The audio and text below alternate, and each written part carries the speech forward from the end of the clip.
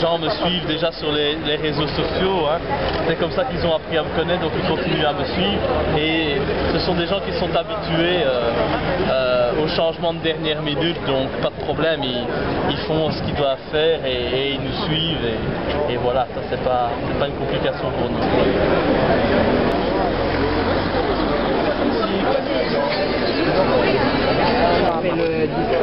Une déclaration, non? Une déclaration où? Non, enfin, tu vas faire une déclaration? Il y a quelque chose de nouveau? Pas pour le moment, je n'ai pas encore de contact avec mes avocats, mais je vais les contacter. Je vais contacter après. Ah, je croyais que tu allais faire une déclaration, que tu avais du nouveau. Non, je cherchais pour justement, la déclaration c'est qu'on mobilise les gens pour qu'ils viennent ici, malgré les interdictions qui sont signalées dans la presse. Donc on fait le bras de fer. Voilà. Oui, attends. Si vous avez tous accès à Facebook et autres, envoyez tous un message pour dire que malgré tout, que les gens viennent. C'est important. Parce qu'il faut contrecarrer les médias mensonges qui vont tout faire pour que personne ne vienne et finalement il y ait 200 personnes. Donc faites en sorte que tout le monde vienne. Envoyez les messages partout, c'est comme ça que nous sommes les plus forts.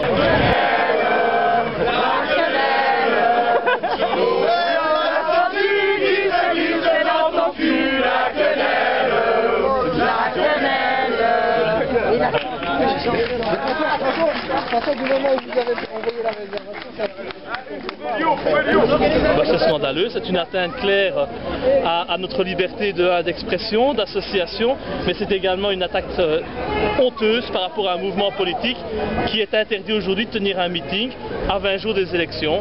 C'est un acte totalement antidémocratique. Et maintenant?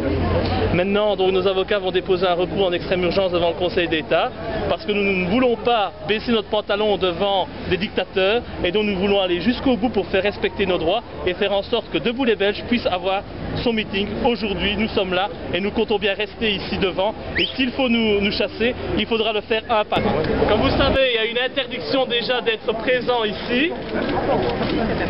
S'il y a quoi que ce soit qui se passe avec nos amis de la police qui sont là pour assurer notre sécurité, je vous demande de réagir dans le calme, sans la moindre violence. Nous avons la loi avec nous. Nous ne faisons rien de mal, mais ne donnons pas des occasions à tous ces journalistes qui sont là uniquement pour nous trouver des difficultés, de pouvoir dire quelque chose de négatif sur nous. Nous sommes là en famille, avec des enfants, beaucoup de femmes sont présentes, nous ne sommes pas ici pour de la violence, mais il est clair que la demande faite par le bourgmestre est de faire en sorte de nous disperser. Nous ne bougerons pas. Nous ne bougerons pas, mais je ne veux pas qu'il y ait de blessés, ni de violence ou quoi que ce soit. Ce n'est pas ça Debout les Belges. Debout les Belges, c'est la dignité, c'est le respect de l'autorité. Encore faut-il que cette autorité soit digne et qu'elle prenne des décisions qui soient acceptables. Ce n'est pas le cas aujourd'hui. Donc restons présents, mais ne réagissons pas aux provocations. C'est ce qu'ils attendent, c'est ce qu'ils veulent. Donc faisons bloc et empêchons évidemment que l'on disperse la foule qui est ici présente. Je vous remercie.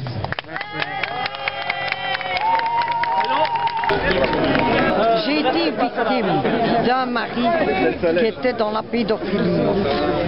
J'ai été victime. Mais la victime, c'est devenu lui et pas moi. Ça a été moi l'accusatrice. C'est tout ce que j'ai à dire. De toute façon, ça fait longtemps que les responsables politiques des grands partis traditionnels ont démontré qu'ils étaient totalitaires et qu'ils ne respectaient pas du tout la démocratie. Donc nous ne sommes pas déçus, on s'y attendait, on avait pris les devants et c'est pour ça que nous sommes aujourd'hui maintenant devant le Conseil d'État en extrême urgence pour que ce meeting politique puisse avoir lieu. Est-ce que c'est un déni de démocratie ce qui se passe en ce moment? C'est clair, je pense qu'à 20 jours des élections, interdire à un mouvement politique comme Debout les Belges de tenir un meeting, c'est clairement autoritaire. On ne peut pas accepter ce genre de dérive antidémocratique. on dérange le pouvoir en place, il nous le fait bien sentir, mais on ne peut pas accepter ça, on ne peut pas aujourd'hui baisser notre pantalon devant des responsables politiques qui agissent comme auraient agi des gens comme Hitler ou Staline. On en est là aujourd'hui. Je suis désolé, ceux que ces démocrates soi-disant appellent des fascistes sont des fascistes. On a totalement inversé les choses. Ces responsables politiques aujourd'hui ne respectent plus nos libertés fondamentales. Ce sont des personnes qui sont des dictateurs et qui se comportent comme des Hitler, comme des Staline, et ça c'est vraiment honteux aujourd'hui. Est-ce que vous pensez que la venue de personnes comme Dieudonné ont influencé cette annulation? Non, pas du tout, parce que ça fait déjà 4 mois que je suis interdit de meeting en Belgique. À chaque fois, les autorités politiques pressent les propriétaires des salles, ce qui fait qu'aujourd'hui, nous avons même dû, il y a 2 mois, tenir un meeting sur la place publique, grâce à l'accord de la police. Ça montre dans quel état de démocratie nous vivons aujourd'hui. Il n'y a plus de démocratie. À partir du moment où on ne permet plus à un mouvement politique qui n'est pas d'extrême droite de s'exprimer, tout simplement parce que nous avons derrière nous une masse de la population assez importante, eh bien là, ça montre clairement que nous posons problème au pouvoir en place et qu'il fait tout pour nous réduire au silence. Ce n'est pas démocratique. Est-ce que vous avez le soutien de Dieudonné, si Dieudonné son soutien? Oui, bien sûr, on a le soutien clair de Dieudonné et de l'ensemble des dissidents qui sont aujourd'hui présents. Ils soutiennent Debout les Belges, ils soutiennent la liberté d'expression en Belgique, et c'est pour ça qu'ils sont invités aujourd'hui. Ils sont là pour apporter un soutien clair et visible au mouvement Debout les Belges, et c'est interdit. Ce monsieur qui nous prend en photo est le président de la LBCA, la Ligue belge contre l'antisémitisme.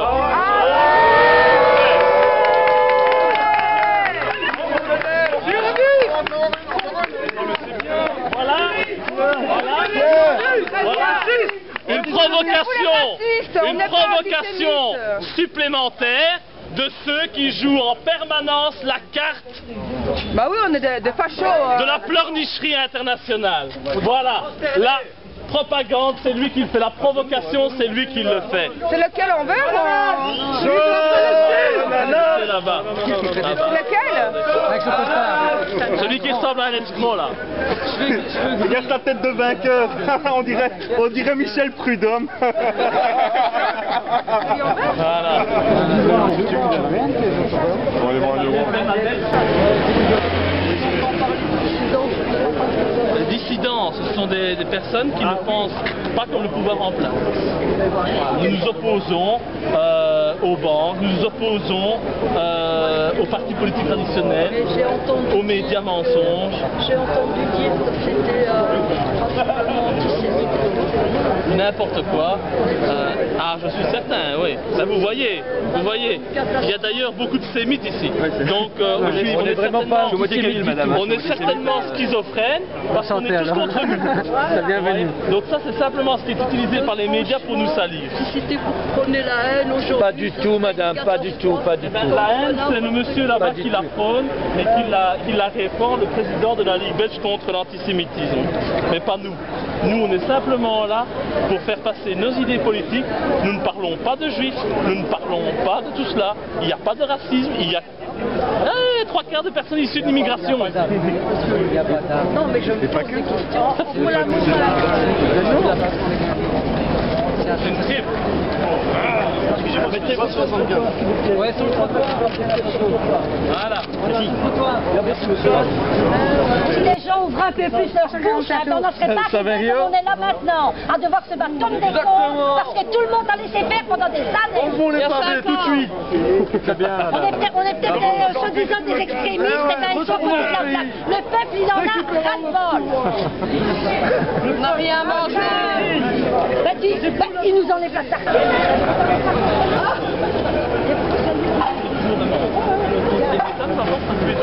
Ils vont le déposer à 15h30.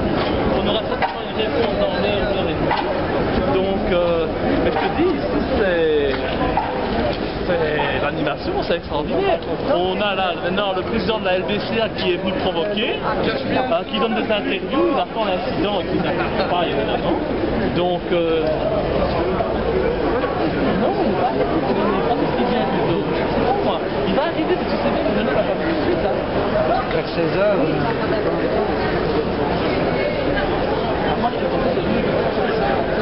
Parce que franchement, ici, on fait le buzz. Tous les médias médias sont là. BFM. Ok, bah alors je sais pas qu'est-ce que je peux dire.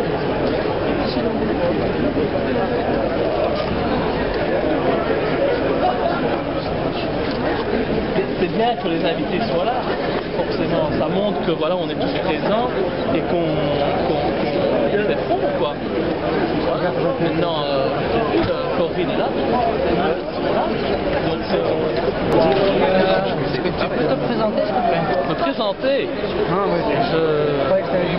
Je suis député et en campagne électorale pour reconquérir un deuxième mandat au Parlement, avec la volonté bien entendu de tenir un discours vrai, franc, sans tabou et de combattre le pouvoir en place, les banques, toutes ces institutions qui nous oppriment. Donc c'est un vaste combat.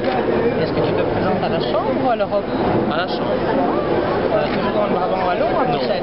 dans le Hainaut, sur les terres du PS et des Yodimou. Ok, en fait aujourd'hui Joël Mulquier a interdit le rassemblement et je vois que vous êtes quand même présent. Oui, c'est le bourgmestre d'Anderlecht, Éric Thomas, socialiste, qui a interdit le rassemblement, l'événement. C'est totalement honteux, donc nous sommes présents, nous tenons le terrain parce que nous sommes maintenant devant le Conseil d'État et que nous attendons une décision du Conseil d'État qui, je l'espère, sera en notre faveur et permettra la tenue du congrès. Le Conseil d'État va décider quand? Aujourd'hui. C'est-à-dire qu'on va rester ici toute la journée? On va rester là, oui. On est bien, il fait beau, on a un grand trottoir, on est parfaitement bien installé. Ok, maintenant juste un mot sur les invités. Oui, bah, les invités sont des gens très bien, des intellectuels, des gens combatifs, des combattants de la dissidence. Ils ont fait leurs preuves, ils ont osé ouvrir des débats qu'on pouvait pas auparavant. Mais donc voilà, il n'y a pas d'antisémitisme ici, il n'y a pas de racisme ou de xénophobie, il y a des gens qui pensent autrement. Vous citez les noms des invités? Il y a Salim Baïdi, il y a Thierry Frégo, il y a Marion Sibaud, il y a Kémy Seba, il y a Corinne Bouget, il y a Johan Livernet, il y a Hervé Reis, il y a Alain Soral, il y a bien entendu Dieudonné. Ils sont il y a déjà la moitié qui sont présents ici et les autres vont arriver un peu plus tard dans la journée puisque Dieudonné c'était prévu à 19h. Ok, donc vous n'êtes pas antisémite? Non, pas du tout. Vous n'êtes pas raciste? Ben non, pas du tout, regardez autour de vous. Et pourquoi alors on dit que vous êtes raciste? Tout simplement parce que c'est ce qu'on utilise, c'est ce que le pouvoir en place utilise pour empêcher et me discréditer, pour faire en sorte que les gens ne me suivent pas, ne m'écoutent pas. De tout temps, on a toujours considéré comme extrême droite ceux qui gênaient le pouvoir en place. Du temps d'Hitler, du temps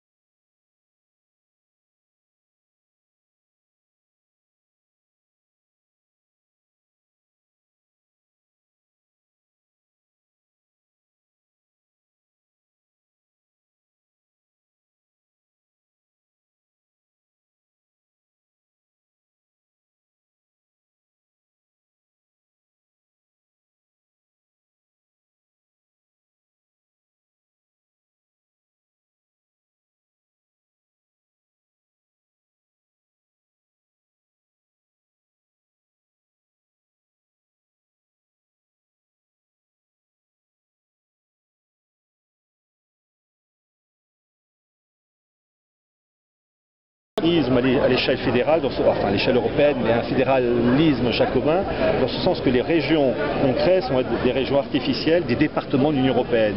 Donc en fait, c'est un mauvais fédéralisme. Mais c'est pas un sort de développement. C'est comment? Un sort de développement. On crée des nouvelles régions pour développer. Mais on ne crée pas des choses artificielles, monsieur. Il faut créer d'abord, on ne détruit pas les États. Il ne faut pas détruire l'Italie, il ne faut pas détruire l'Espagne, il ne faut pas détruire la France. Et créer en plus des régions artificielles. Mais vous, ce qui fait votre personnalité, ce sont grâce à vos parents, grands-parents, paternels, maternels, etc. Et là, on veut détruire notre passé. Donc ce qui fait la France, l'Italie, l'Espagne, les Pays-Bas, la Pologne, etc. Donc on ne doit pas détruire les origines au profit d'entités artificielles qui n'ont aucun référent historique.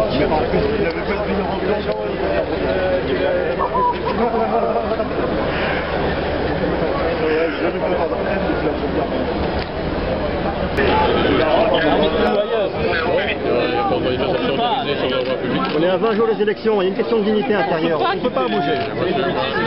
Vous devez quitter les lieux, vous allez devoir nous embarquer. Vous pouvez demander, mais nous on peut pas. Merci.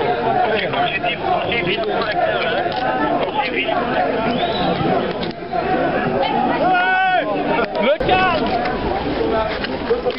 Comment on se retrouve ici? Le calme! Donc je rejoindrai ici, je vous tiendrai informé. Non, on doit disperser. Il envoie les trucs. Bon, parce qu'il arrive avec le jargon. On se disperse pas! Attends, le truc du papier de l'avocat, bordel. Il ne nous laisse pas le choix! Ça va, non? Qu'est-ce que tu veux qu'on fasse? C'est le bourgmestre. On a un recours. On a un recours devant le Conseil d'État. La moindre des choses, c'est d'attendre le verdict du Conseil d'État avant de nous demander de quitter les lieux. Si le Conseil d'État décide que nous n'avons pas le droit de tenir ce meeting, nous partirons dans le calme. Mais jusque-là, quand même, nous avons le droit de rester dans l'attente d'une décision de justice. Je ne vois pas pourquoi on nous interdit de rester et d'attendre la décision d'une instance démocratique. C'est tout à fait honteux. Donc voilà, tout est fait pour que ce meeting soit mis à néant à 20 jours des élections. C'est un scandale total. Vous imaginez bien que si on disperse les gens maintenant, ils ne reviendront plus. Donc c'est faire en sorte de court-circuiter la procédure devant le Conseil d'État.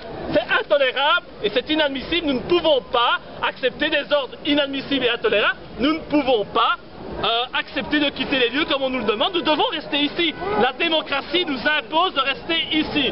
L'état de droit nous impose de rester ici et de ne pas respecter les ordres injustes du bourgmestre de Bruxelles et de la police. Je suis désolé. Je suis désolé. Oui, les gens qui ont payé leur billet de transport remboursé. On n'est pas là. Et je pense que les gens ne se posent pas ce genre de questions.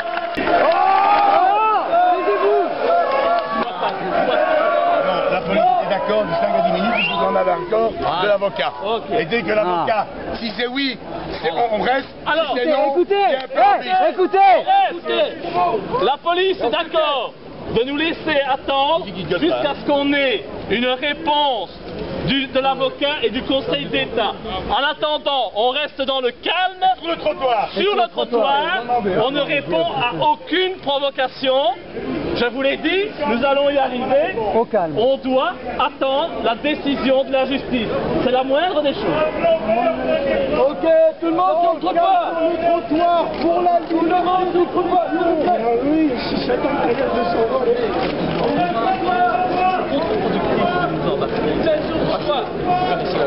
Vous savez très bien que nous, on exécute. Je sais. Voilà. Vous imaginez l'image? On va refaire mon. Ce n'est pas à moi. Thomas, c'est un espagnol de laquelle c'est. On va pas refaire mon.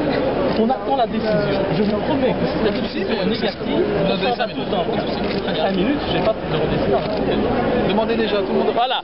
Que tout le monde, je vous demande de reculer sur le trottoir. Je l'ai déjà dit 20 fois, maintenant vous reculez. L'ensemble, oui, je suis venu voir le résultat de aussi comment allait se passer la journée, aussi pour la liberté d'expression. Comme j'ai aussi vu de mes yeux que le gouvernement retire les droits des gens, de la démocratie. Et je venais voir si aujourd'hui on allait encore supprimer les droits de l'homme à des citoyens qui sont venus voir des gens parler, des humoristes, des hommes politiques. Parce que je ne vois pas d'autres partis politiques auxquels on interdise aussi de se réunir. Donc je vois pas le problème. Je suis venu ici en tant que témoin également de l'étranger. Je suis français, oui. Oui, exactement. C'est un moment, c'est quand même un moment historique où des gens qui sont censurés dans un état de droit, on va voir s'ils vont pouvoir se réunir. Parce que ici, vous pouvez voir, il n'y a pas de haine, il n'y a pas de débordement, tout le monde est de la bonne humeur. Ici, il n'y a pas de problème. Disons que moi je viens du Luxembourg, je suis français, mais pour le travail, je suis à Luxembourg, le pays. Vous donnez votre prénom? Oui, Nicolas.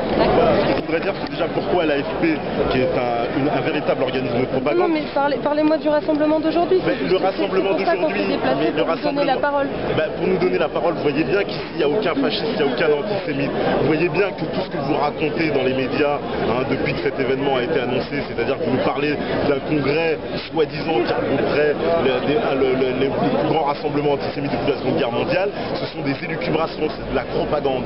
Voilà, ça n'a aucun sens, ça n'a aucun fondement. Parce que les véritables organisations qui poussent à l'antisémitisme, en ce moment en France ou en Belgique, c'est la LICRA, c'est le CRIF, c'est le UJF, ce sont cette police de la pensée. C'est ça la réalité. Mais ces gens-là, non, vous les laissez s'exprimer largement sur votre antenne et vous ne donnez pas la parole, vous essayez d'ostratiser, vous essayez constamment de jeter l'opprobre sur de véritables résistants, sur des gens qui se battent ici. Est-ce que vous voyez, on parle de fascisme, vous voyez bien les visages qu'il y a autour de vous. Moi je vois toutes les communautés, je vois toutes les races, toutes les religions. Ils sont où les fascistes? Puisque le fascisme c'est censé être une idéologie qui est basée sur une race supérieure. Alors elle est où votre race supérieure ici La seule personne pour le moment qui se prend pour une race supérieure, c'est peut-être une certaine communauté que vous défendez allègrement. Et donc de quoi alliez-vous parler ici et aujourd'hui et qu'est-ce qui allait être mis en place? On allait parler d'énormément de choses. Expliquez-nous. Il suffit de voir la liste des invités. Vous voyez bien par exemple il y a Corinne Boucher, elle va vous parler des additifs alimentaires, elle va vous parler du génocide qui est en ce moment même, vous êtes empoisonné par l'industrie agroalimentaire. Il y a Alain Soral, il pourra vous parler des lobbyistes. Il y a Joël Corbeau, il pourra vous parler de ces pressions et de la manipulation judiciaire. Il y a Dieudonné, il pourra aussi vous en parler. Il y a Pierre Hillard, le spécialiste du nouvel ordre mondial, qui pourra vraiment vous expliquer ici même à Bruxelles, qui est une capitale régionale de l'Empire, parce que c'est le siège évidemment de l'OTAN, de l'Union Européenne, et de l'influence de ces organismes qui est néfaste pour nous. L'euro est en train de nous tuer. Les banques nous ont asservis, les banques qui manipulent en nous, en maîtrisant la création monétaire. Ça, c'est des sujets qui ne sont jamais abordés ou alors ridiculisés dans les médias. Ici, on allait en parler sérieusement. Donc il ne s'agit pas de parler d'antisémitisme, de fascisme, ce sont des élucubrations. Voilà. Et un petit message, parce que vous dites qu'il ne faut pas parler aux journalistes, il y a un petit message à donner à la presse, c'est arrêtez votre propagande, parce que désormais il y a une presse indépendante qui vous regarde et on ne laissera plus passer vos mensonges, en particulier l'AFP, qui est une organisation qui s'est fait remarquer dans une manipulation hautement célèbre avec Ahmadinejad et le président Chavez. C'est particulièrement honteux quand on est un organisme comme le vôtre, subventionné avec de l'argent public, parce que pour le moment les véritables médias ils sont subventionnés avec l'argent public, du moins pour la France, mais j'imagine que ça doit être un peu la même en Belgique puisque c'est via l'Union Européenne, alors que les médias indépendants, nous sommes véritablement libres, indépendants, nous faisons des médias avec notre propre argent, nous donnons de la véritable information aux gens et nous ne sommes pas dans un esprit de propagande. C'est ça qui fait toute la différence. Vous leur proposez le choix de toute façon. Pardon? En faisant vous-même la presse, vous leur donnez le choix. Oui mais madame, on a été obligés de faire ça. C'est à cause de vous que nous existons. Parce qu'on en avait marre de voir justement des médias comme le vôtre sans cesse tronquer la vérité comme vous le faites. RTL, Belga, toutes les agences de presse. Les seuls trucs que vous avez à dire pour stopper cet événement, c'est on va trouver l'ordre public, on est antisémite, on est raciste. Il y a toutes les classes sociales. Il y a des noirs. Mais je m'en fous, couper mes paroles, il y a des noirs, des arabes, des blancs, il y a toutes les classes sociales. Je m'appelle Valentin Rugy, vous pouvez filmer, j'ai pas peur d'afficher mes convictions. Ici on est tous ensemble pour parler des problèmes qu'il y a dans la société. Il y en a beaucoup et on est tous d'accord pour le dire. Il y a des gens ici, ils essaient de proposer des réponses. Alors c'est simple, soit vous essayez d'écouter, d'être dans un débat constructif, soit vous diabolisez, vous dites non, c'est que des racistes, c'est que des antisémites. Mais je pense que la déontologie journalistique, et vous avez tous signé pour ça si vous êtes là à filmer avec vos caméras et à me tendre vos perches avec vos micros, c'est-à-dire respecter la neutralité et la vérité. Je pense que la neutralité et la vérité, elle est plus dans les bouches de ces gens-là que dans les bouches de l'État et du gouvernement. Je pense que vous le savez tous. Si les banques, si les politiques, si tous ces gens-là, ils étaient vraiment pour la vérité, ça serait depuis longtemps. Voilà, maintenant faites ce que vous voulez. Faites ce que vous voulez. Elle est ici la vérité. Le bien il est ici. C'est pas aussi compliqué. S'il y a le bien et le mal d'un côté, le bien il est ici. Le mal il n'est pas ici. Il y a des gens de toutes les couleurs, il y a des gens qui s'aiment bien. On pourrait se taper sur la gueule. L'union fait la force. C'est quoi la devise de notre pays? Les policiers, vous avez aussi signé pour ça. L'union fait la force. C'est quoi? C'est tout. Non, je sais, ils suivent les ordres. Les journalistes, c'est quoi? Franchement les gars, ça vous sert à quoi d'être dans la diabolisation? Ici on est tous en paix. On est tous en paix. Soral il est en paix. Dieudonné il est en paix. Vous pouvez dire ce que vous voulez. Vous pouvez déformer les propos. Il n'y a que des gens qui veulent du bien ici. Il n'y a pas de problème. Regardez, parce qu'on a l'air de foutre le bordel. Regardez, franchement, ouvrez les yeux, juste ça. Réfléchissez. Oui, dis-moi. Si, je crois que Laurent l'a vu. Ah oui, Laurent Louis l'a vu, donc il est parti. Ça va, très bien, merci. Merci. Voilà. Donc en fait, ils sont en train de plaider devant le Conseil d'État, ils auront la réponse dans quelques minutes. Oui, c'est vraiment des trucs de temps. Oui, ils sont maintenant, oui. Super, merci. Donc voilà, ce sera on arrive quelques minutes, vous aurez la réponse. Et si le Conseil d'État dit qu'on doit absolument...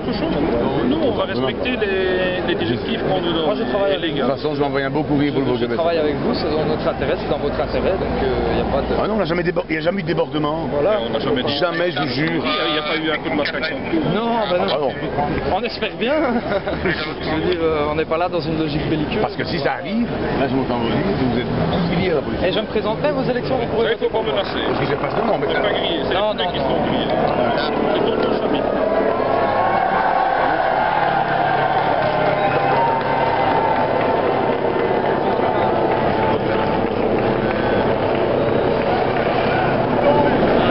Le bourgmestre va arriver.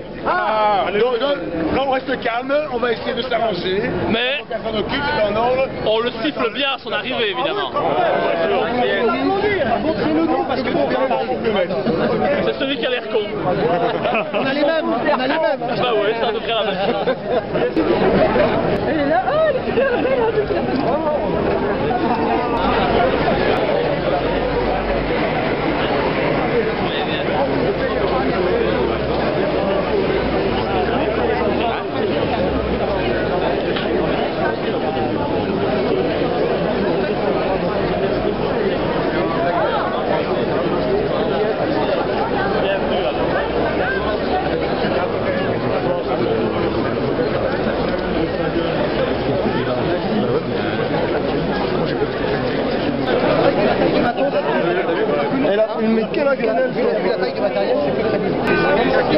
Quenelle franco-suisse alors.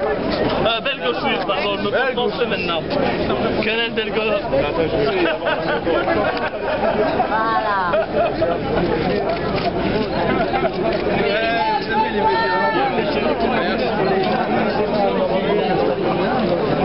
Une question, vous êtes venu de Suisse? Oui. Pourquoi exactement? Soutenir Alain Soral, parce que ce qu'il dit, c'est pas totalement faux. Et on a le droit de dire ce qu'on veut, même si on n'est pas d'accord avec. Vous êtes surpris qu'en Belgique, une telle conférence soit interdite? Bon, bah, après ce qui s'est passé en France, ça me surprend pas vraiment, mais c'est décevant. C'est pas surprenant, c'est décevant. La censure existe aussi en Suisse? Elle existe aussi, elle est un peu plus légère, mais elle existe aussi.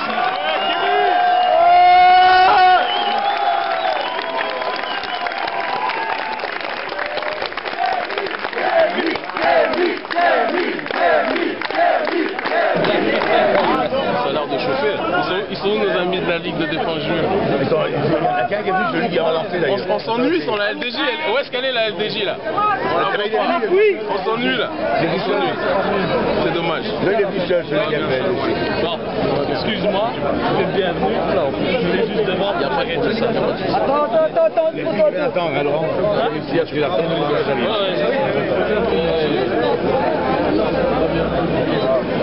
Kelly, tu vas bien, Alès? Tu vas bien? J'aimerais bien pouvoir débattre avec toi. Non, mais vraiment, je voulais la salir. C'est bien le sujet. Et des fois, on ne voit pas tout, tu vois. Il y a des choses qui sont là et on ne les voit pas, tu vois.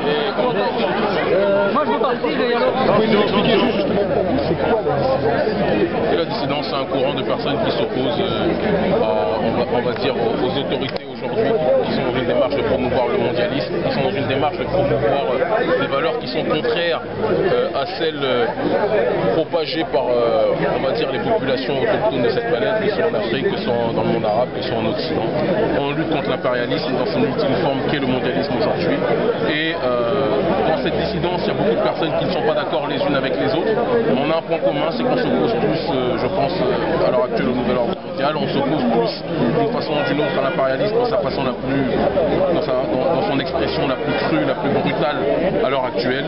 Et dans ce courant qu'est la dissidence, il y a des noirs, il y a des blancs, il y a des arabes, il y a des juifs aussi. Donc l'étiquette d'antisémite est une caricature, mais une caricature propagée par des médias mensonges qui aujourd'hui ne sont plus suivis par grand monde en réalité. Voilà, grâce à l'émergence d'Internet.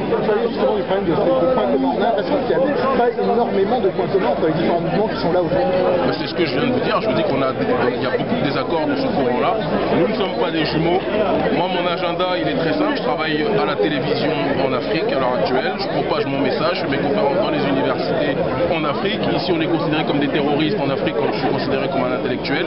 C'est aussi quelque chose qui pose problème et qui montre qu'il y a un problème de liberté d'expression dans ce pays et en Occident de manière générale.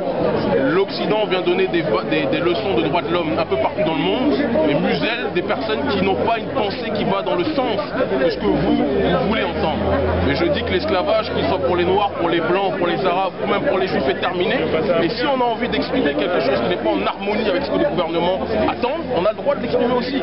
On ne peut pas taxer les pays africains de républiques bananières sous prétexte que soi-disant il y a un problème de démocratie, alors que dans vos pays ici, on est traité comme des terroristes. Moi, je ne peux pas comprendre que je puisse m'exprimer à la télé chaque semaine dans une émission qui est vue par des millions de gens en Afrique, que je fasse des conférences dans des grosses universités dans le pays, en Afrique, et quand je viens ici, traitement terroriste, antisémite, donc vous avez la boule de cristal qui vous permet de prévoir qu'un congrès sera antisémite avant que le congrès se tienne. Tout ça, c'est Dragon Ball Z, c'est pas, excusez-moi, c'est pas la réalité.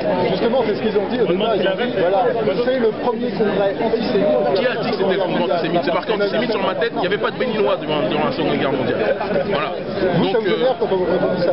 Je m'en fous parce qu'ils ne sont pas mon baromètre. Les Juifs, qu'on soit très clair, les Juifs ne sont pas suffisamment importants pour moi pour que je passe mon temps à parler d'eux. Voilà, c'est aussi simple que ça. J'ai d'autres préoccupations sur cette terre. Maintenant, j'ai le droit de dire, si quelqu'un me casse les pieds qu'il est blanc, j'ai le droit de dire qu'il me casse les pieds. S'il est noir, je passe mon temps à parler des vendus de la France-Afrique sur le continent africain. Et si quelqu'un est un mafieux qu'il est juif, ce n'est pas parce qu'il fait partie du peuple qui s'est autoproclamé élu, moi j'ai pas voté pour eux, que je n'ai pas le droit de dire que ces gens-là me dérangent. C'est aussi simple que ça. Voilà. Donc, parce que c'est ça qui me pose problème aujourd'hui, c'est qu'on a le droit de parler mal, on a le droit de dénoncer les excès de tout le monde, mais dès qu'on dénonce les excès d'une partie de la communauté juive, on est taxé d'antisémitisme. C'est quelque chose de grotesque qui commence à fatiguer beaucoup de gens. Vous le voyez ici, et c'est encore pire à d'autres endroits. Voilà. Ce qu'on disait, c'est que est-ce que vous, aujourd'hui, vous avez évolué entre ce que vous étiez en France avec votre mouvement, la Tribuca, est-ce que ça a changé aujourd'hui? Est-ce que vous n'avez pas le même engagement? Qu'est-ce qui a changé? Dans votre position politique. Quelles étaient mes positions politiques? Avant, vous étiez pour le suprémacisme. Qui a dit que j'étais pour le suprémacisme noir? C'était un peu le sens que vous... Parce que vous avez lu mes livres avant? J'ai regardé des extraits de Supranégritude, j'ai pas tout lu. Dans Supranégritude, mon livre est ici, c'est le livre que je vends. À aucun moment il ne s'agit de suprématie noire. Ou alors peut-être qu'on doit prendre des cours de français ensemble et qu'on explique les mots. Il n'y a aucun mot. Quand on dit supra en français, ça veut dire transcender. Ouais. Aller au-delà de la négritude. Ça ne veut pas dire que c'est une négritude suprémaciste. Mais dès qu'on ne veut pas être autopiloté par le CRIF, dès qu'on ne veut pas être autopiloté par le CRAN ou les officiers qui sont promus par l'oligarchie française, belge ou autre, on devient des suprémacistes. Mais eux, quand ils disent qu'ils sont le peuple élu, il n'y a pas de suprématie. Là, c'est le peuple, ils ont le droit de tout dire, c'est naturel. Mais moi, j'ai le droit de dire que j'ai pas voté pour leur élection et qu'on est tous les élus de Dieu, noirs, blancs, arabes, juifs, chinois, grands, petits, minces, handicapés. On est tous sur cette terre parce qu'on a une destinée. Et donc, je ne suis en aucun cas dans une démarche de promouvoir la suprématie, mais j'aimerais qu'on laisse les Africains décider de leur propre destin et que personne ne se comporte comme des maquis vis-à-vis de nous. La prostitution est terminée, c'est tout ce que je dis. Voilà. C'est aussi simple que ça. Voilà. Bravo.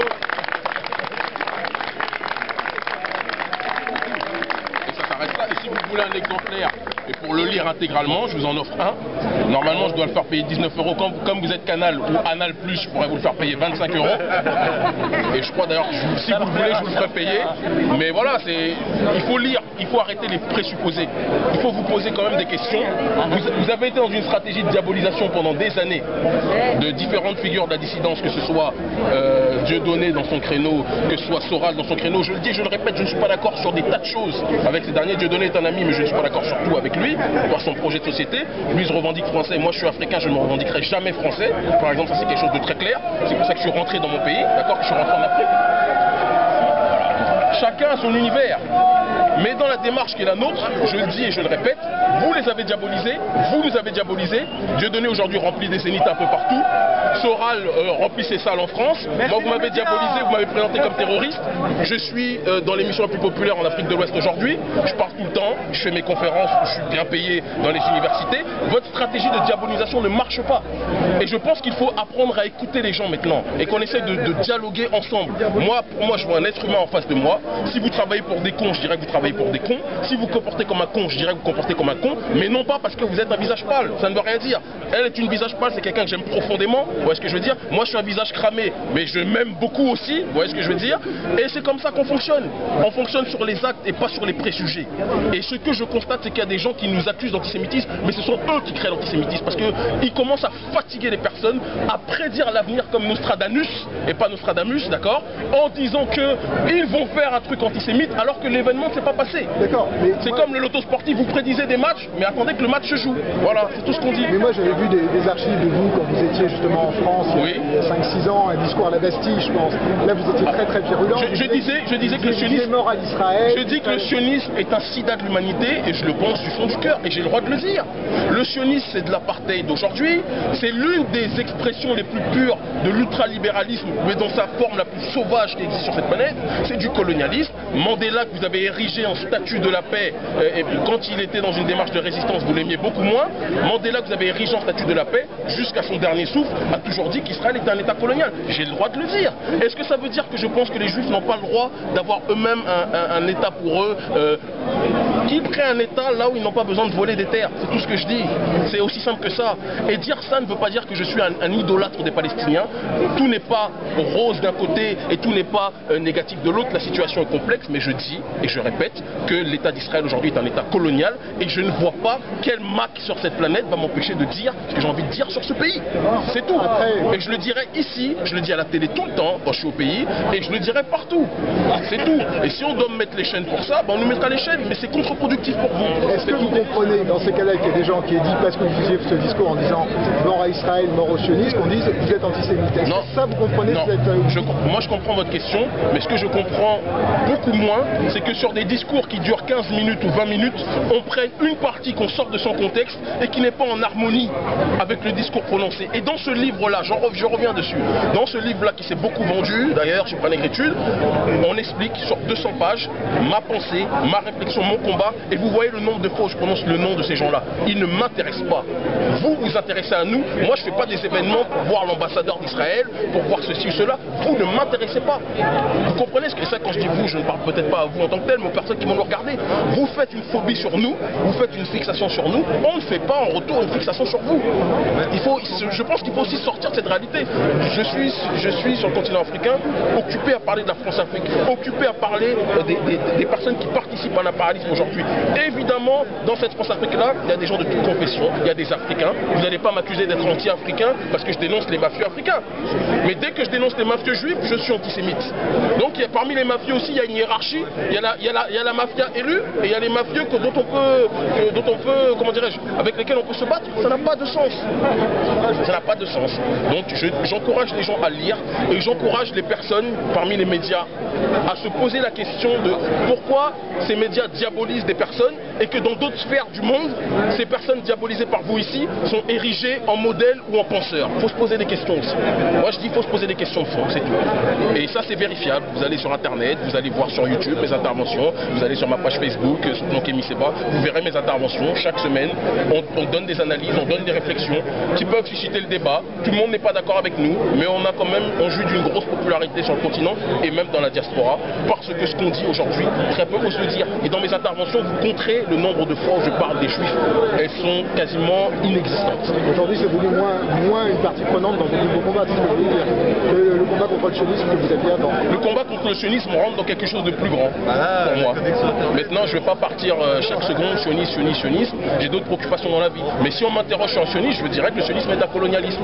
Et je vois pas pourquoi je n'aurais pas le droit de le dire. C'est tout. J'ai le droit de le dire. La France-Afrique, j'ai le droit de dire que c'est, là encore une fois, c'est une autre manifestation du colonialisme. Quand je dis ça, ça ne dérange personne. Mais dès que je parle d'une autre partie de la population, ça devient sensible. Il faut arrêter ça. Parce que c'est contre-productif même pour les personnes qui payent Canal+, je vous assure. Et qui font partie, je pense, des personnes qui nous attaquent aujourd'hui. J'étais pas au courant, j'étais pas au courant que j'allais parler des juifs, je savais même pas. Tu sais, j'allais parler, mais je savais pas qu'il était question de la question juive. Je vais te dire qu'ils se déchaînent en disant antisémite, il y a machin, il y a pas moi. Ils osent pas encore me traiter d'antisémite, ils osent pas. Mais ils peuvent pas. C'est vraiment indécent, c'est indécent. C'est indécent, ils savent. Pourquoi ils peuvent pas?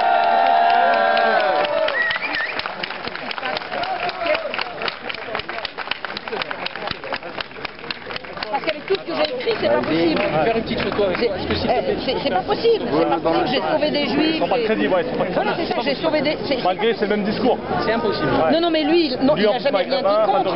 Il a rien dit contre. Moi, j'ai fait pour. Ouais. Non, mais non seulement ça, mais je veux dire, j'ai sauvé des juifs. Voilà.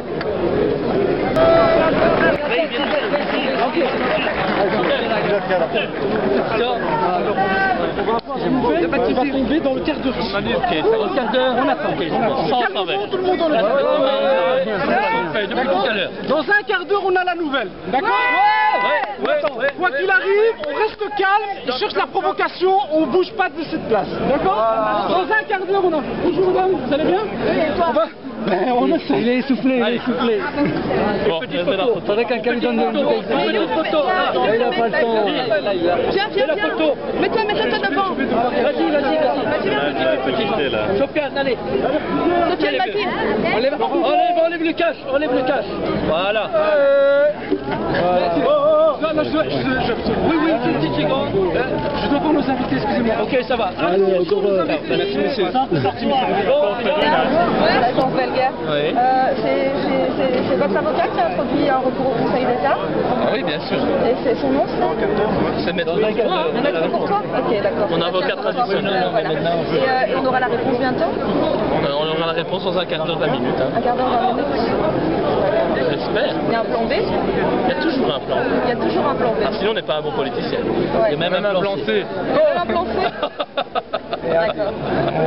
Ce serait mal me connaître. Il y a eu des débordements particuliers? Ah oui, vous avez vu, il n'y a rien. Voilà, pour une manifestation antisémite et nazie, c'est pas mal. Il n'y a rien, il n'y a que... Regardez par vous-même.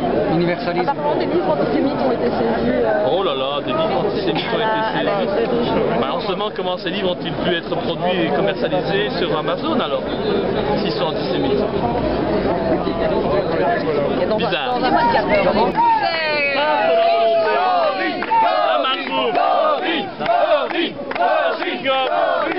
Qui nous rendent malades, qui nous donnent le cancer. C'est de ça qu'on voulait parler, pas des juifs. Des AVC, de l'épilepsie, des migraines, on des peut tumeurs montrer au les cerveau. autres. Oh là là, ça c'est le pire du pire qui existe. Avec le sang de la Palestine sur les mains, avec le sang de tous les enfants qui sont tués au nom du sionisme. Ah, mentos, la parfaite forme pour mettre dans la voiture. Comme ça, à chaque fois que vous roulez dans les bouchons, eh ben, vous prenez du mentos, vous vous tuez. Magnifique. Ça, on croit donner une récompense à nos enfants en leur donnant des bonbons, mais on les tue au quotidien. On les empoisonne. Petit à petit. Avec des bonbons cancérigènes. Et là, c'est le nouveau Coca-Cola. La merde en boîte. Voilà. En bouteille, ouais. Il est beau celui-là aussi, hein. Ah, il est fameux. Voilà. Voilà le contenu d'un congrès antisémite. J'aime bien celui-là, ouais. Celui-là pour les ados, ça devrait le faire. Faudrait faire des t-shirts pour les ados avec ça. Ça c'est vrai. Hein, parce que les ados, ils chiquent trop. Hein. Donc voilà, ben, l'aspartame dans un chewing-gum, ça peut faire éventuellement un AVC ou une tumeur au cerveau inopérable. Et on dit rien, c'est pas marqué mâché dessus. Alors on fume, je prends des chewing-gums pour arrêter de fumer. Et après on fait un bel AVC côté droit ou gauche, ou une tumeur au cerveau, puis on retourne du bloc opératoire à son lit d'hôpital. Et on dit au brancardier, je comprends pas pourquoi j'ai une tumeur au cerveau, pourtant je fais attention à ce que je mange et j'ai arrêté de fumer. Et sur la table de chevet du malade, il y a un paquet de chewing-gum. Voilà, un paquet de chic, comme ils disent en fait. Et donc voilà, hier j'ai vu des étudiantes 15-16 ans à la sortie d'un lycée en train de chiquer. Il y en a une, elle avait des lunettes et des boutons. Donc l'aspartame détruit le nerf optique parce qu'il y a du méthylester dedans. Le méthanol va détruire les neurones sur le nerf optique et va atteindre le cerveau. Et au bout d'un moment, d'une demi-heure, ça se transforme en formaldéhyde. Et ce formaldéhyde va essayer de sortir par la peau qui provoque des petits boutons qui ne cicatrisent pas. Et ça peut même faire tomber les cheveux avec l'aspartame. Donc cette jeune fille avait les cheveux un petit peu abîmés. Elle avait ces petits boutons typiques sur le front, des lunettes, et elle chiquait. Et donc je n'ai pas pu m'empêcher de m'arrêter et je lui ai expliqué gentiment avec ses copines. Je donnais ma carte. Le but c'est d'informer. Après libre à eux de consommer ces cheveux comme ou pas. Là il n'y a pas marqué mâché dessus. Ça c'est pas normal. Oui. Commencez. Allez.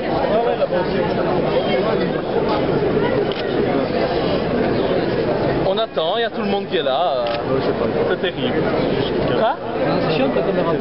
Non, non. On a trouvé un accord, on attend le verdict. Excusez-moi, madame. Ça va pas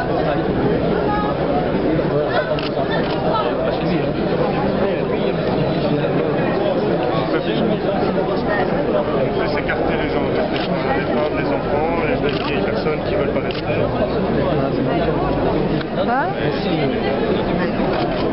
Alors, du coup,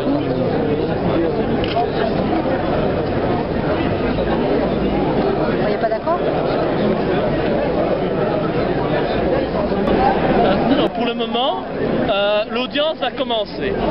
Donc il est dans la salle d'audience, on attend de pouvoir plaider. Mon avocat en général plaide bien, longtemps. Courage, bon. monsieur, courage. Mais il a l'habitude de distiller les quenelles dans le tribunal, donc on va voir.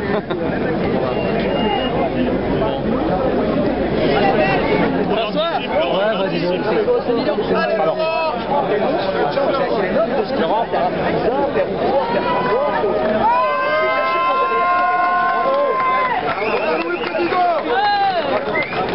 Ah bah voilà, c'est quand même sympa. Par ici, par ici. Invitez monsieur Diroupeau, hein. Ah, j'ai une corde dans la voiture. Ouais. Bah oui, on pourra le prendre ici, ça serait sympa. C'est lui, frérot. Il risque sa vie tous les jours pour nous. Il risque sa vie pour tous nous avoir. Oh, les amis, chaque année en France, il y a 1000 enfants par an qui disparaissent. Les plaintes, elles sont classées sans suite. On vient de France, on veut se rallier aux Belges parce qu'on aimerait bien savoir combien il y a d'enfants belges qui se font kidnapper tous les ans, qu'on retrouve jamais, qui sont enterrés dans des trous, qui sont oubliés, et tout le monde n'en a rien à foutre. C'est ça la vérité là. Nos enfants ils disparaissent, ils sont violés, ils sont enterrés, personne ne les cherche. Et on nous interdit de faire des quenelles pendant que tous les élites ils violent ses enfants. Et c'est ça la vérité. Comment on va? Ça va, mamie? Ça va?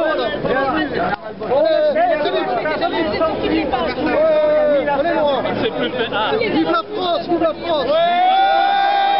Vive la France. Désolé. Non, debout les Belges, je dis comme des clochards, mais voilà. Les baraquis. On a les baraquis. Par exemple, On les emmerde ceux qui nous disent qu'on est des baraquis. C'est idiot.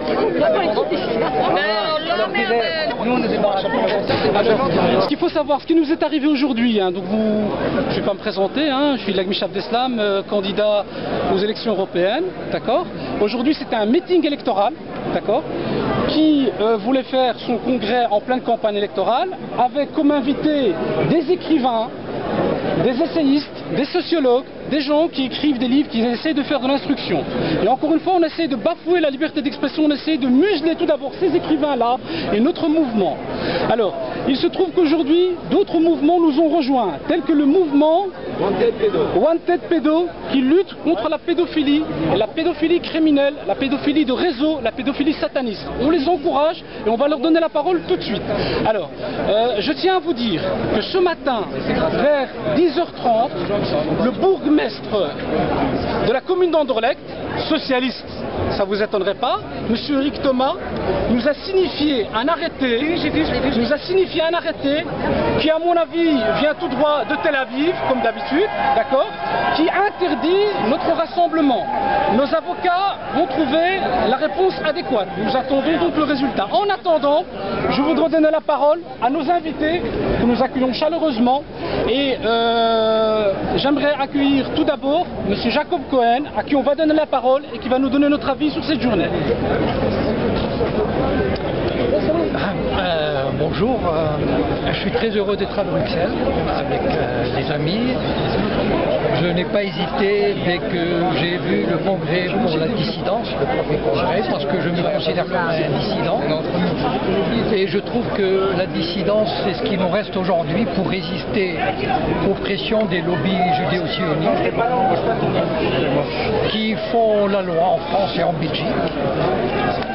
Grâce à leurs milliers d'agents qu'on appelle les Sayanis, c'est-à-dire des fictionnistes infiltrés dans tous les secteurs de la société et qui veulent imposer leurs lois, leur façon de penser, et qui veulent museler toute forme d'opposition contre Israël et contre les lobbies.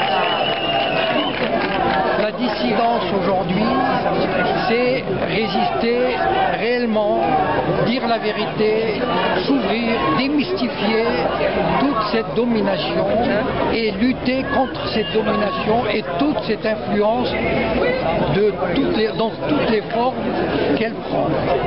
Ici en Belgique comme en France, nous subissons malheureusement cette oppression et la preuve aujourd'hui, elle est là, elle est flagrante, c'est qu'ils empêchent une réunion toute simple, normale de militants. C'est absolument intolérable et j'espère que le vent tourne et nous finirons par l'emporter. Nous gagnons et nous l'emporterons. Je vous remercie. Alors je tiens à signaler que M. Jacob Cohen est l'auteur de plusieurs best-sellers, notamment celui qui est le plus connu, qui est le Printemps des Sayanim, qui est vraiment une délectation pour les personnes qui veulent vraiment savoir ce qui se passe dans les coulisses. Et je conseille fortement aux gens d'acheter ce livre, de le lire et de franchement de donner leur avis. Est-ce que c'est un livre antisémite qui est écrit par un sémite lui-même et qui est présenté par un deuxième sémite? Donc je ne vois pas où est l'antisémitisme. On va passer à la deuxième personne, si vous permettez, qu'on accueille aujourd'hui. Alors, cette personne est une dame très courageuse, qui est Madame Corinne Gouget, et vous connaissez tous son combat contre la malbouffe, contre les grands lobbies qui essaient de nous empoisonner, de nous cancériger. Et je donne la parole à Madame Corinne Gouget. Bonjour à tous et à toutes. J'avais des panneaux là qu'on m'a offerts, si vous pouvez quelqu'un les retrouver. Et donc, moi je suis Corinne Gouget, l'auteur du livre Additifs alimentaires danger. Et également, je voulais intervenir à l'intérieur de cette salle des congrès qui nous a été interdite, c'est scellé malheureusement. Et donc, je voulais vous parler d'additifs alimentaires. Je ne parle pas de religion ni de politique en général. En fait, tout est lié.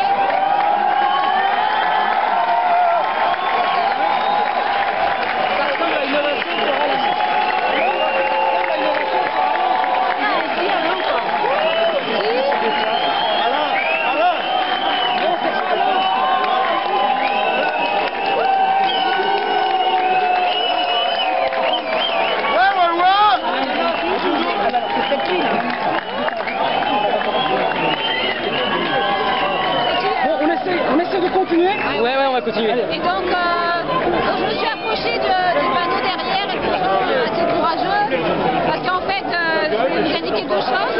La première, quand on consomme trop d'aspartame, c'est très sérieux et c'est prouvé scientifiquement, l'aspartame détruit la partie frontale du cerveau et peut provoquer de la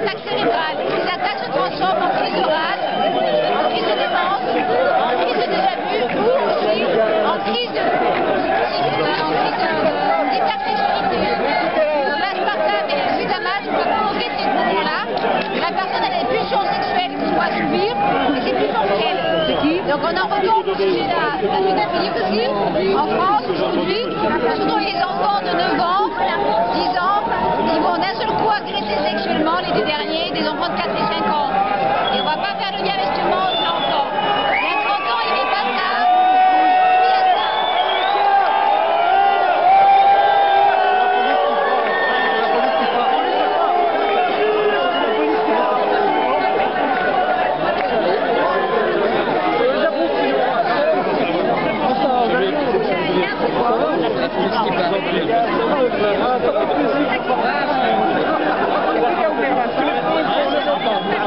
On continue?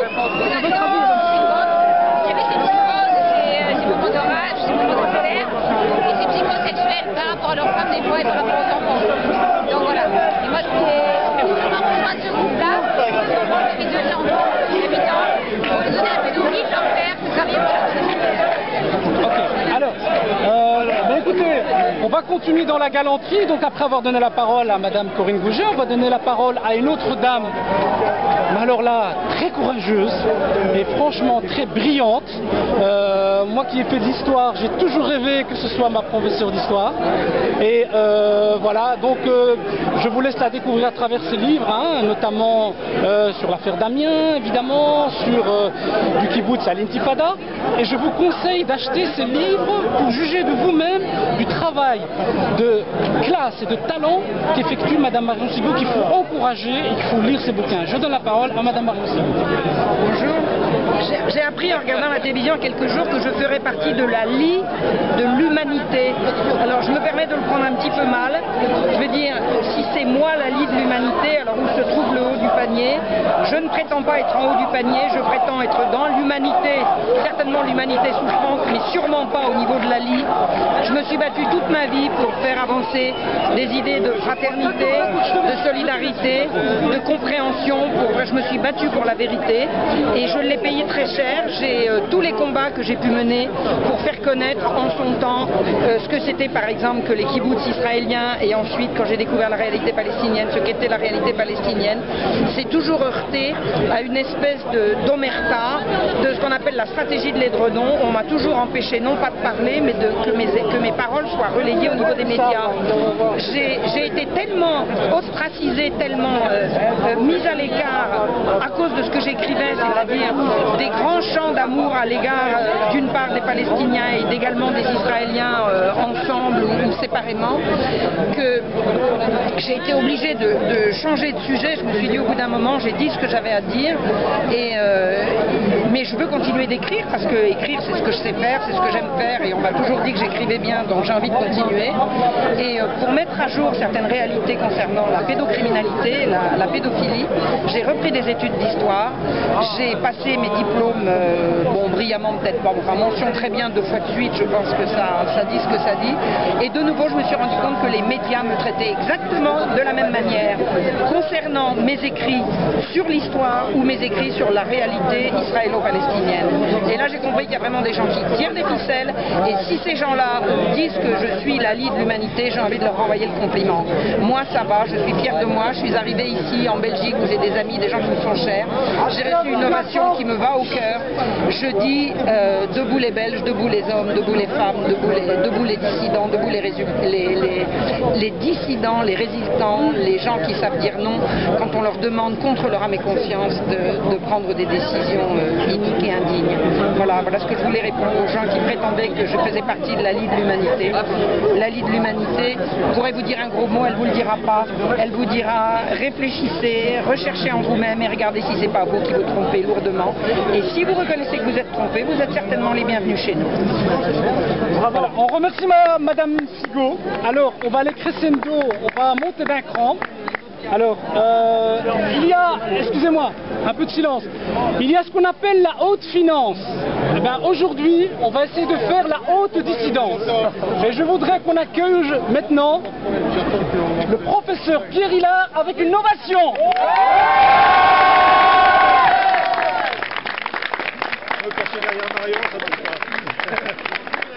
Donc, la haute finance, ça n'existe pas. Mais la pseudo-finance, en fait. Non, mais la haute finance. Qui vous dit ça, que ça existe, les hautes finances? Bah, c'est comme ça qu'ils se nomment, on va dire. C'est vrai. La fortune apatride. Tout à fait. C'est vrai, ben, c'est eux qu'il faut buter. Et il faut s'attaquer à la maison mère, qui est la City de Londres. Et lorsque la City, qui est la capitale de la mafia planétaire, sautera, je dis toujours ça, plus les principes de 89, eh bien, je crois que les choses iront un peu mieux. Et ceux qui tuent les gens, le cartel pharmaceutique. Voilà, là, après, oui, après il y aura le reste. Un très vieux symbole, voilà. Très dangereux cela aussi.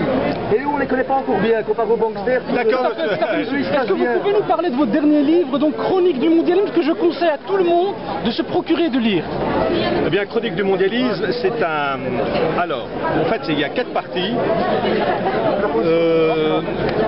Je vais faire même plus précis, 3 parties. Une partie consacrée à différents chapitres des différents aspects du mondialisme, que ce soit l'aspect financier, que ce soit la construction européenne, les relations Chine-Japon, la Russie, l'Ukraine évidemment, le bloc nord-américain, la gouvernance mondiale. Il y a des annexes avec des cartes inédites entre la décomposition de l'État américain, parce que même les Américains sont des victimes du mondialisme. Et puis, vous avez un avant-propos qui est particulièrement long, qui est vraiment, que j'ai voulu être la note de synthèse la plus dense sur l'esprit du mondialisme, du monde antique jusqu'à aujourd'hui. J'essaie vraiment de retracer le cœur du mal, et les chapitres qu'on voit dans le livre ne sont que la manifestation, la conséquence du cœur du mal. Voilà, il n'y a plus qu'à acheter le bouquin. Une dédicace évidemment. Non, c'est bon, l'essentiel est dit. Vois celui qui a envie de voir. Avant de voir là-bas, vois d'abord ce qui est là. Alors, on remercie M. Pierre Hilard, qui encore une fois vient d'être muselé, parce qu'il faut dire que M. Hilard, c'est la 2e fois. On avait donc notre meeting du 23 février, qui était à la place Flagey, qui a été annulé. Qui a été annulé. On va essayer de faire notre possible pour que ce meeting ait lieu, que M. Hilard puisse avoir la parole et qu'il nous explique son combat contre le mondialisme, contre les groupes Bilderberg et la véritable géopolitique. Voilà. On remercie M. Pierre Hilard. J'aimerais maintenant... poser une question. S'il vous plaît. J'aimerais s'il vous plaît, maintenant, après avoir accueilli M. Pierre Hilard, j'aimerais accueillir un grand dissident, un grand combattant. Alors, je vous demande d'accueillir avec une ovation le plus beau sourire d'Afrique, M. Kémy Séba.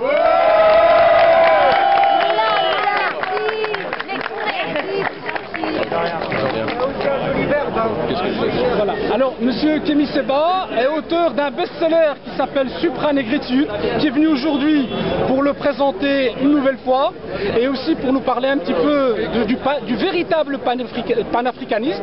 On va lui donner la parole pour qu'il nous explique juste en quelques mots pourquoi il est venu ici, comment il ressent cet accueil et justement cette interdiction. Alors, je vais être très court et très synthétique parce que je pense que les longues allocutions aujourd'hui ne seront pas nécessaires, d'autant plus qu'on est nombreux. Je dirais simplement que je suis venu ici par solidarité, je le précise bien par solidarité, pas par volonté d'exposition, parce que là où je suis en Afrique, en ce qui concerne cette réalité, je peux me faire entendre à différents endroits, là n'est pas le souci. Mais Laurent, lui, Abdel Salam et le mouvement Debout les Belges, c'est un mouvement ami, ce sont des gens que je considère comme des frères de lutte, même si on peut avoir quelques divergences sur certains sujets aussi. Et je pense qu'il est de notre devoir, dans ce courant entre guillemets estampillé dissidence, de faire preuve de solidarité au-delà de nos différences. Et c'est dans ce sens-là que je suis venu aujourd'hui pour parler et pour être aux côtés de mes frères et sœurs qui luttent en Belgique et ailleurs pour faire entendre une voix anti-mondialiste dans ce cancer des nations qui aurait dû être à la base le concert des nations. Là, on remercie M. Kémy Séba d'avoir fait quand même le déplacement d'assez loin, voilà, de Dakar, il est venu jusqu'à Bruxelles. Et j'espère que je pourrai rentrer chez moi aussi. Ah oui, ça, en tout cas, si M. Kémy Séba a le moindre problème, tous les Belges, c'est-à-dire 11 200 000 habitants seront derrière lui, je suis sûr que les Français aussi. Alors je vous conseille de vous procurer son livre Supranégritude, qui est un best-seller, et jugez par vous-même, est-ce qu'il y a quoi que ce soit qui prête à confusion ou qui pourrait avoir une trace d'antisémitisme. On remercie M. Zeba. Je vous demande d'accueillir maintenant un autre dissident. Une seule question. Oui, je vous en prie. Avec tout ce qu'on a étudié, tout ce qu'on a vu et revu, quelles sont les valeurs qui vont libérer le monde? Où elles sont les valeurs, les vraies? Pour qu'une constitution elle puisse perdurer. Parce qu'une constitution ne peut pas durer s'il n'y a pas des valeurs. Où sont les vraies valeurs? Les vraies, hein. Pour qu'une société puisse durer un temps... Voilà, magnifique. Très bien. Peut-être que Kémy va te répondre... Je répondrai très simplement qu'il serait très présomptueux de ma part sur une question aussi vague, aussi large, de répondre en quelques secondes. Je te dirais simplement qu'une population sans dignité, sans esprit de résistance, est une population qui dès le départ fera office de serpillière. Voilà. Et juste je terminerai par là en disant que la solidarité entre les personnes qui sont les damnés de l'impérialisme aujourd'hui, Frantz Fanon parlait des damnés de la terre, aujourd'hui on est tous les damnés du sionisme, on est tous les damnés du mondialisme, qu'on soit noir, arabe, blanc, jaune, violet ou autre. J'ai pas été sur Mars donc je ne connais pas leur couleur, mais ce que je sais c'est que par rapport à la souffrance collective qui est la nôtre, il est nécessaire qu'on fasse preuve de solidarité. Mais solidarité ne veut pas dire perdre nos identités, je termine juste, perdre nos identités. Solidarité veut dire revitaliser nos identités respectives, mais se donner la main pour lutter contre la paralysie. Moi c'est moi. Répondre à ma question. Non, excusez-moi. Bon, maintenant j'aimerais... Quelle est la religion qui va libérer le monde? Excusez-moi. Quelle est la religion qui va libérer le monde? Moi je suis pas là pour parler de religion. Allahu Akbar! Seul Dieu est grand! Et je vais te dire, tout ce qui sera fait en dehors de lui, c'est comme si rien n'aurait été fait. Et je jure par Dieu que je sors pas de nous, et que je sors pas de tous ces trucs à Toumra. Voilà. Allahu Akbar! Seul Dieu est grand! Et c'est ça qui va libérer le monde. Et l'islam, tu sais que dans le respect, je jure par Dieu, tu sais que dans le respect, tous les autres c'est des imposteurs. Tu sais que dans le respect, il y a des chrétiens dans cette assistance, il y a des gens de toutes les confessions. Laisse-moi finir. Je vous demande. C'est pas en réagissant comme ça que tu fais la publicité de la religion. C'est tout ce que j'ai à dire dessus. Je demande d'applaudir Kémy Seba. Alors maintenant, après avoir écouté une voix du panafricanisme, j'aimerais qu'on fasse une véritable ovation pour quelqu'un qui est venu du sud de la France, quelqu'un qui est le cauchemar de Monsanto, le cauchemar de Big Pharma, le cauchemar de la franc-maçonnerie. Je vous demande d'accueillir le libre penseur Salim Laibi.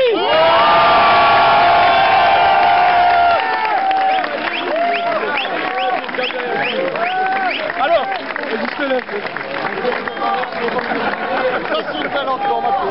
bon ben, merci pour cet accueil assez extraordinaire. J'en rougis, hein, contrairement aux politiciens qui ne rougissent plus de honte en multipliant les cagades, comme on dit chez nous à Marseille.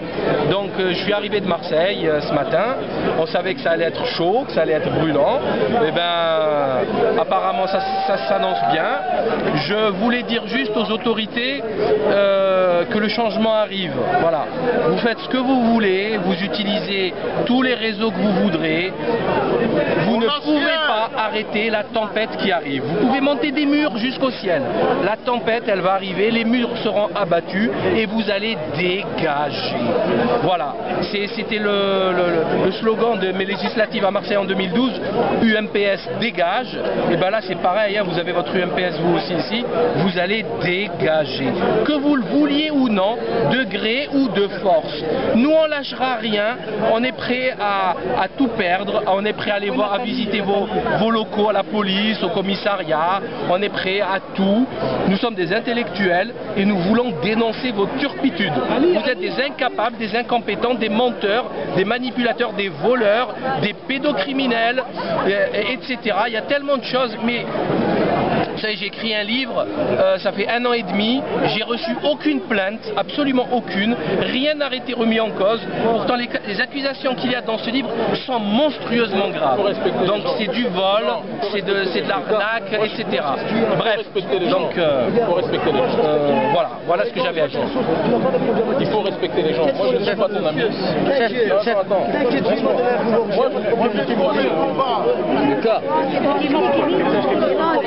Respecter les gens. faut respecter les gens. Il faut respecter les gens. Je travaille là. Non, je me dirai pas, les gars. On va pas frapper. Tu veux provoquer? On va pas te frapper. Tu es en train de salir la religion avec ta folie. Vas-y, continue. Tu nous affiches quelque chose. Continue, vas-y, continue. On continue l'interview. Allez, vas-y. Donc là, Je dégage. Il a couché de la merde. Va faire le malade avec 10 ripots, va. Va prêcher à l'hôpital psychiatrique et arrête de se venir. alors, Monsieur Salim Laïbi est l'auteur d'un livre best-seller, La faille du monde moderne, dont il va en parler lui-même. Allez-y, Monsieur Salim. Oui, donc comme je le disais, j'ai écrit un livre dans lequel je traite d'économie, de santé, de politique, de réseaux occultes, etc. Ben voilà, enfin, tout a été dit, tout a été expliqué clairement. Donc voici le best-seller dont Monsieur Salim Laïbi en est l'auteur. Salim, continue. Salim, tu veux. Donc là, on est perturbé un petit peu parce qu'il y a les CRS qui arrivent avec les camions à jet d'eau, etc. Donc ça va être, on va bien rigoler là. Hein, je crois que ça va être chaud. Hein.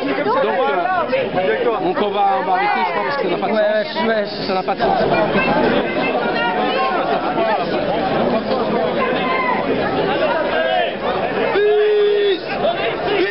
Allez, gars, faites C'est bien, ça c'est une bonne idée.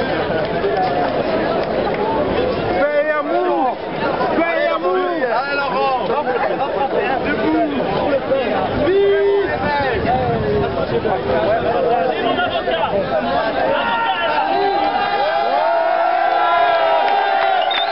Mais ils nous attaquent. Ils ont les autopompes, matraques et boucliers. Donc qu'est-ce qu'on fait? Silence! Non. J'ai dit à tout le monde de s'asseoir. On s'assied. Tout le monde s'assied. Tout le monde s'assied. Chez toi. Voilà. Et tout le monde se tient. Tout le monde se tient.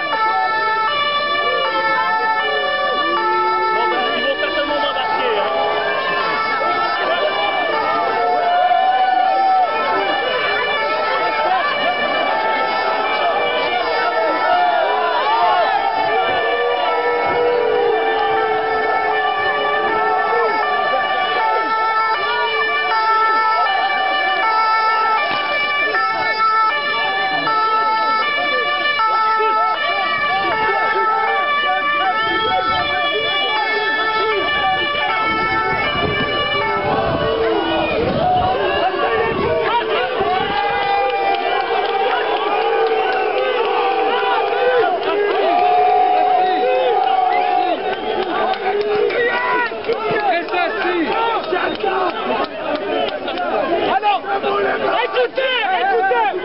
Écoutez, on fait que la Belgique n'est plus propriétaire d'elle-même. Non, les ordres viennent de Tel Aviv. Et ce n'est pas Netanyahou et ni Shimon Peres qui commandent en Belgique. Vive la Belgique. Nous avons un contrat en bonne et due forme. Voilà ce qui arrive quand on ose s'attaquer au PS, au MR, au CDH et à Écolo. Il n'y a plus de démocratie. C'est pas Il y a une limite, reculez!